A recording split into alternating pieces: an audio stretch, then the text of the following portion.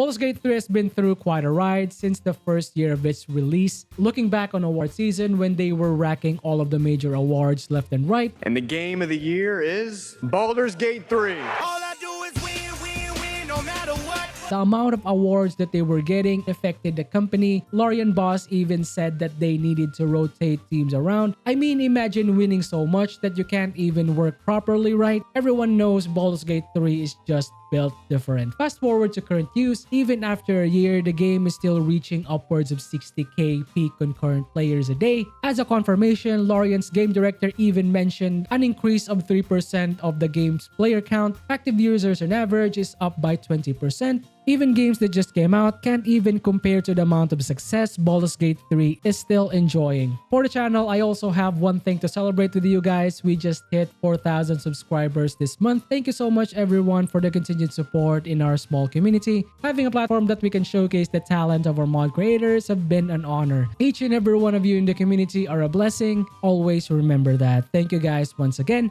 And I look forward to the next one. These are Baldur's Gate 3's top 16 mods of the month for November 2024. Enjoy. We're gonna start off the list with a mod that will give our Lady Piccolo companion a well-deserved overhaul.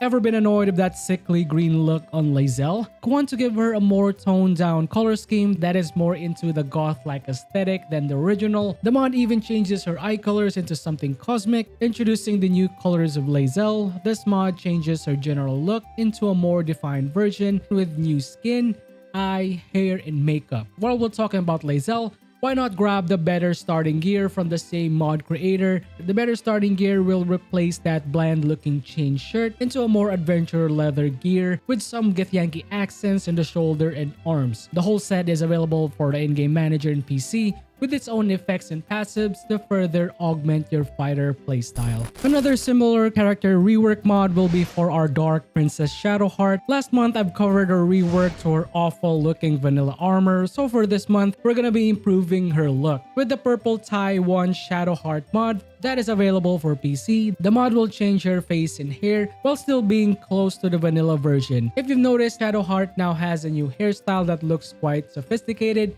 Once you get to Act 3, you'll definitely see her new hairstyle with combination of white and black highlights, including her vibrant new look. Next up is another entry from our clean and furnished camp. Now Rivington Farm is up next to get the glow up. The mod creator fixed the broken down house, and finally somebody took care of that badger corpse that's been rotting there like forever. The barn also got some improvements. Here are some comparisons.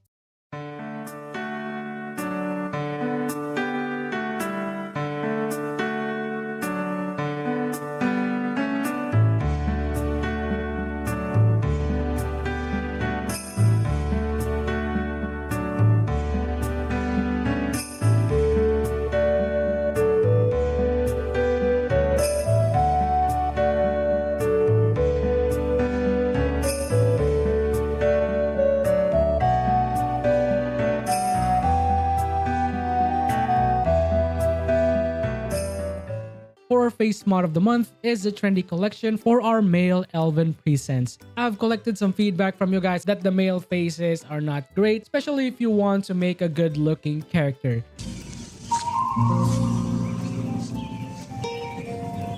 What the fuck is this piece of shit? It does make sense though, as most of the faces are focused on the female counterpart because it's just that popular. So for today, we'll be increasing the amount of male faces in your collection, and we'll be grabbing the PK's Elven Squad for PC. You'll have access to 5 new faces, specifically inspired from the Elven race. That goes for the Elf, Half-Elf, and Drow. Only available for body type 2. And sorry for you half-Orc fans out there, there's still no really good mods for the Orc race. Son of a...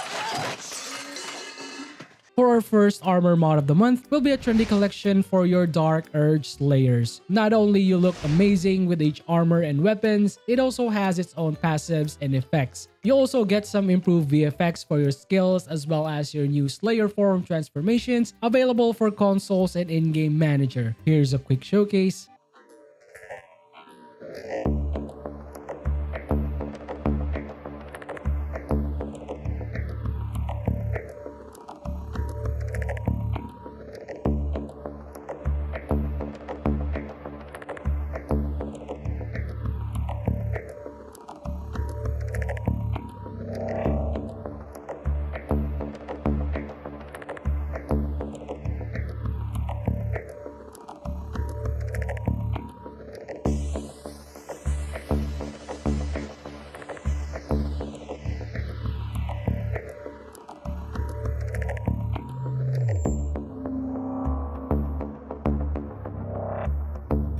For our class mods of the month will be dedicated to our community members who are also mod creators. They certainly made some really unique creations and projects that deserves a huge shout out. Starting with a really well made class that is a better version of the Eldritch Knight. I feel like it's more of a magic swordsman with badass spells and skills. Introducing the DuskBlade for our in-game manager. You'll have access to 2 powerful subclasses.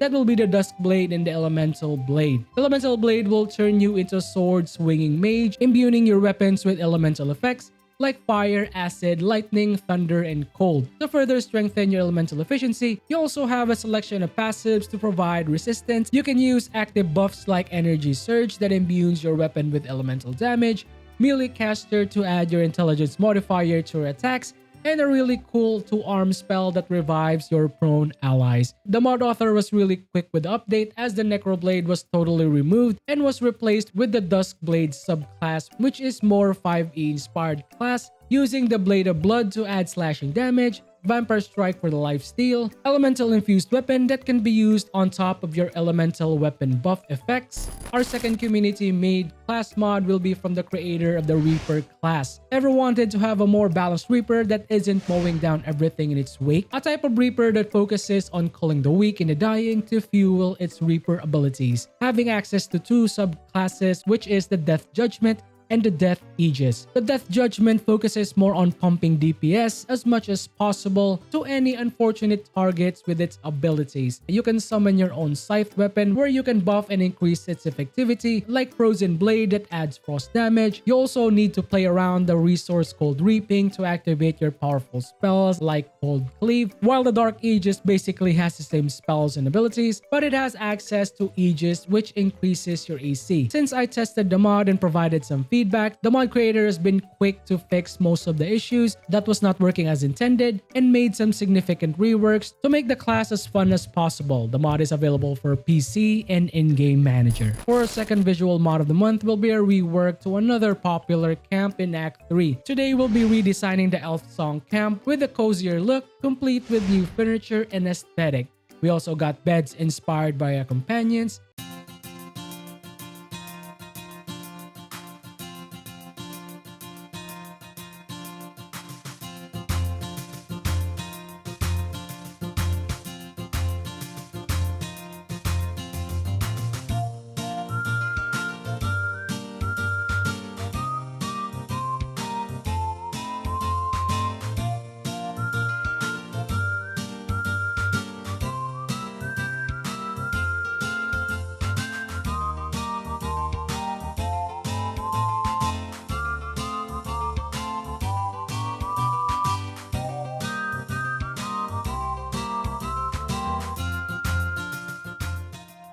Gameplay mods of the month will go to the redesigns of encounters as well as bosses that are intended to give you more pain. Starting with the one that will challenge our hardened veterans of Honor mode, introducing the Deadlier Honor mode mod. The mod provides new changes to enemy stats and passives, like increasing its HP by 30 to 90%. Right off the bat, the imps and the Nautiloid got surprisingly tanky. The mini bosses also get an HP increase around 60 to 130%. Your enemies will also have a weakened version of Misty Step, Polymorph, and Lesser Restoration. Legendary actions of bosses are also adjusted to make them deadlier. Debuff duration is also increased. Boss mechanic reworks and quests will definitely be a challenge. On top of that, we also get new bosses and mini bosses to fight. Even from the start of the game, you're gonna feel the pain. There's already a welcome surprise waiting for you, so good luck. All of the encounters are custom made and are located across all acts to make the pain a bit bearable. You can auto level to level 4 from the Nautiloid by killing the sleeping cultist. Most likely it won't help, but it's gonna be really fun nonetheless. Our class mods of the month won't be complete if we don't cover a collection from the creator of the 5e classes from Nexus. Now it's finally made its way to the in-game manager, bringing along a set of amazing classes with it. The 5e collections has the closest 100% implementation from the sourcebook that you can get, so if you're a fan of D&D, you'll definitely enjoy this class collection. Starting with the 5e Fighter subclass combined, you'll have access to 7 new 5e inspired subclasses, like my favorite, the Arcane Archer, that finally gives us a spell archer with different arrow effects. Or maybe if you're into melee fighters, you can try the Cavalier that acts like a charging tank. utilizing its mark mechanics to deal substantial damage while protecting its allies. Another 5E subclasses combined that was released along with the fighter is the 5E Barbarian, with access to 7 new subclasses to choose from, like the Ancestral Guardian that absorbs spirits, turning them into Spirit Shield, the Battle Rager for a really spiky experience using your spike armor's weapons. One of my absolute favorites is the Giant, using its gigantic form with different elemental effects imbued by its elemental cleaver. Or better yet, why not try out the Storm Herald, using its rage to summon elemental auras of fire, ice, or lightning, providing different elemental effects and abilities depending on your chosen element, like proning your targets, with so much more subclasses that you can discover along with other 5E subclass collection on its way. Second armor mod of the week is another trendy collection if you're into some dark and goth aesthetic. Want to have dark metal plates on your leather clothes? Are you into the whole skull face spike armor attire like you're going to a heavy metal band concert?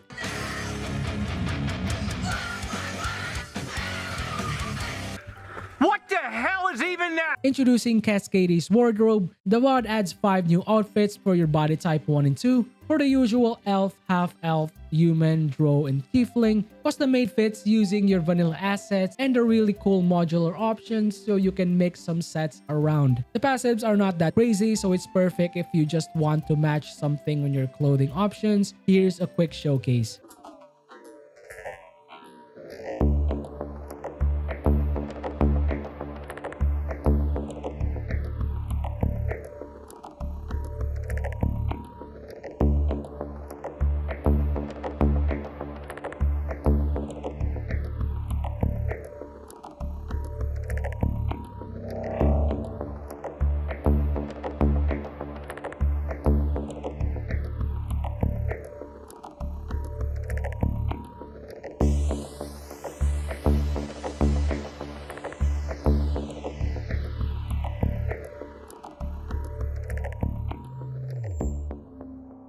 Fade's equipment distribution will be our second armor mod of the month that ensures that all of the 170 plus new items will be properly distributed across the world, provided that you've managed to grab all of the equipment mods from the mod creator, like the Wands and Weave for the wizards, Unarmed and Upgraded for the monks, Faith and Fortitude for the clerics, Beast and Bow for the ranger, etc. The Fade's equipment mod is responsible for enhancing your gameplay without breaking immersion. The mod will add new treasure chests, as well as some hidden caches to house your new loot. The mod is compatible with the randomized equipment loot from the ancient weaponry collection, so you don't need to worry if you're gonna be breaking the mod. Now for another gameplay improvement mod to spice up our encounters. Mod creators have really went all out in bringing us more exciting combat, which is available for the in-game manager. Starting with the more enemies in basic fights, this mod is for you if you feel that the enemy encounters is a bit underwhelming, or maybe if you're the type of player that wants to feel like you're fighting a horde of enemies every time. This mod will do exactly that. It simply increases the amount of mobs into a 2-to-1 or 3-to-1 ratio. Simple fights get more challenging, while the mod aims to increase your challenge by 25%, compatible with mods that increase HP, and it also scales with your difficulty, like when you increase your difficulty modes. Are you not satisfied with the increased mod density? Finally have our encounter mod that provides new bosses and mini bosses that is available for the in-game manager. From the creator of the More Enemies mod comes the extra encounters and mini bosses. The mod is created to spice up your encounters in a surprising way. Right off the bat, you'll notice that we have additional encounters in the beach. Moving along the map, you'll quickly spot new enemies in different areas, like a group of drow, ogres, and goblin waiting for you in ambush in the Burning Inn, elemental golem fight around the fake paladin area, with other surprises in store. All of the new mini bosses have their own unique spells and passives, with some welcome surprises when they drop to low health, so be careful. The mod works really well with the more enemies to provide even more minions to fight around. Our final 2 mods of the month will be dedicated to provide us with new flavor of NPC faces if you're someone who wants to spice up those bland looking characters that are ripped straight off of character creation. Starting with the NPC visual overhaul that I've covered a while back, the creator has been hard at work doing updates including new assets from different NPCs. The goal of the mod is to provide more unique character look for most of the NPCs in the game, so you don't easily forget about them like some generic character. We've got some beautiful ones once you save Floric. Calmer days are not soon to come, Will, as I'm sure you know. Takes more than mere fire to break me, Yuva. Go. You should pick up the Drow trail with ease. I will seek reinforcements and join you when I can. Isabel has new hair and armor. On with you. Unless you want to come back to a gaggle of shadow-cursed harpers, don't jest.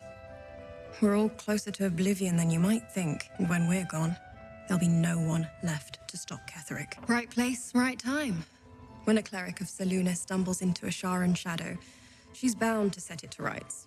At any cost. Ethel finally cleaned her face. If it isn't the talk of the camp. It's a rare day when I see one of you lot about. Thank goodness you came along when you... Oh, Auntie Ethel will sort you out. I've lotions and potions galore. Ketheric looks younger for some reason. Let our newest arrival speak. You have seen what these creatures are capable of, and you have seen their inadequacies. Isn't that so? What is your judgment? And Orin just got hit by the anime beam. But Saravok's crimson was not yours to spill. He was mine. You had no right to take him. No, no! He didn't! He didn't! Filthy, pig-mouthed little liar! As for our final mod of the month will be the NPC Revamp project. Creator has made significant changes to the different NPCs in the game to make them quite lore accurate to D&D. Starting with the Tieflings in Act 1, turning them more into a lore accurate Elthorel citizens, starting with Zevlor. Aradin didn't make it. Pity. But he might have got more of my people killed, if not for you. Thank you for your help out there. I'm Zevlor. We'd owe you a great debt. If we're forced to leave now, we won't make it to the city. Glad you made it inside. Doubt we'll be safe here for long, though. There'll be more coming. Goblins hunt in packs. We might have to. But I'd feel better if we at least knew how many are out there. The sooner we leave for Baldur's Gate, the better. Aradin's back with his tail between his legs. I'm glad for your help. But I'd hoped you were Halsin. Hells, I didn't mean it that way. Halsin's important, but you're the first bit of good faith we've had since he left. Keep your wits about you. Things are tense with the druids here. Damon turned into an absolute Chad. Of sorts. Used to be a bread and butter tinsmith before Elturel fell into Avernus. These days my talents are more eclectic. And our very own Tiefling goddess, Alfira. Dance upon the stars tonight, smile and pain will fade away. Words of mine will change. No, the Weeping Dawn will be my gift to Lihala. NPC Visual Overhaul and NPC Revamp are only available for PC. And that's it guys, thank you for watching this month's mod showcase. What do you guys think about the mods? Or have I missed your favorite mod of the month? Would love to know all about it in the comments below. Shoutouts for all the people who subscribe and keep supporting the channel. I really appreciate you guys for all the amazing support. And for all the people who haven't subscribed yet, thank you for watching my videos and I hope I earn subscriptions in the future. But if I earn it today, please don't hesitate to hit that subscribe button, really helps me out a lot. If you want to support me directly, join button is below. Or maybe Patreon if you want to go that route. Want to know what are the previous best mods for episode 36 and onwards? Or if you're into a comprehensive list of mods and builds, just click these videos right here. Finally, that's it for me. I'll see you soon in the next Master Buck Show. Peace out. Bye guys.